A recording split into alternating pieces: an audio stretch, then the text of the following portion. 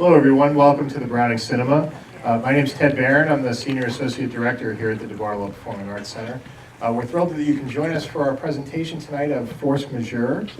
Tonight's film is being presented as part of the Nanovic Institute film series. We're grateful to partner with the Nanovic Institute every year on a variety of film programming here at the Browning Cinema. We're right in the midst of our contemporary European cinema, which is kind of a catch-all of the best of recent European films.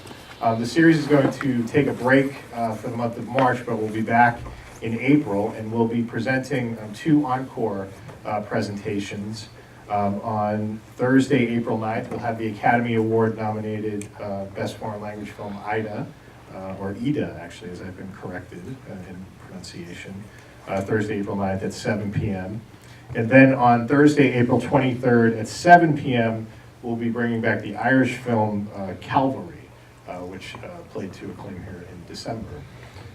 If you'd like to find out about these events and many others, we've recently made some new announcements about additional film screenings, and you can visit our website, performingarts.nd.edu.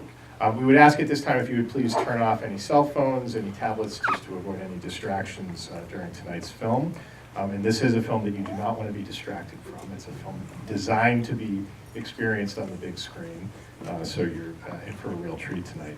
But you're also in for a treat because one of the things that we get to do in working with the Nanovic Institute is invite faculty from across campus to introduce our screenings and give their particular insights into the films. So tonight we're pleased to welcome a faculty member from the Department of English. Please join me in welcoming Professor Johannes Göransson.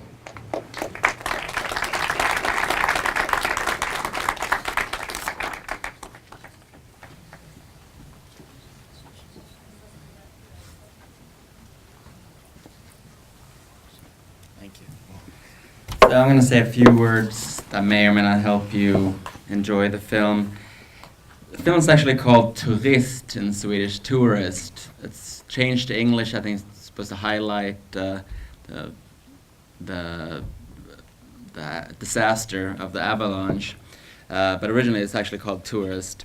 It won awards at the Cannes Film Festival. It won Guldbaggen in Sweden, which is Gold Bug, which is the Swedish Oscars. And it's nominated for a Golden Globe Award.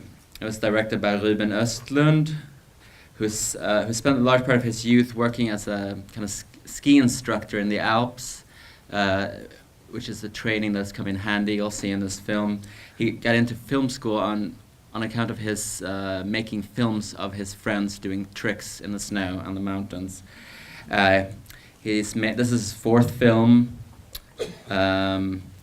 And I was going to say a few things about the context of Swedish culture. There's always a danger in over-determining a work of art when you start talking about context. But there are some things that I think might be useful in approaching the film. One thing that might seem strange about the film to an American is the way the family relates to each other. Swedish families tend to be much more egalitarian and less hierarchical and authoritarian than American families. So that's not actually a big part of the film, I think. While to an American that might seem really strange. One of the things I really like about this film is it's constantly invoking The Shining, one of my favorite movies, but it draws a really hilarious contrast, I think, between the American patriarch, who's lunatic murderer, and the Swedish patriarch, who just kind of fails.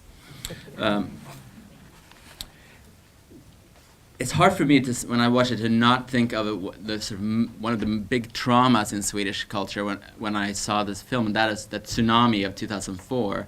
In the Swedish welfare state, Swedish welfare culture, which always refers to itself as folkhemmet, the people's home, because it is so. It's over the past 50 years prided itself on taking care of everybody, having insurance for everybody, yada yada, no poor people and so on.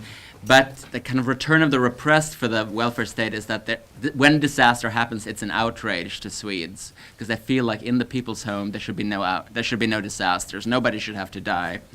And so when disaster happens, like when the tsunami hit and 500 plus Swedish people died in it, it was an outrage.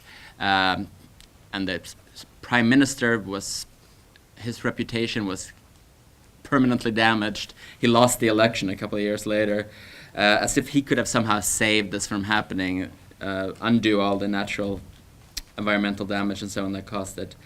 And there's been many other, whenever there's a disaster, it becomes kind of symbolized as mythology in the people's home, in folkhemmet, for its own demise.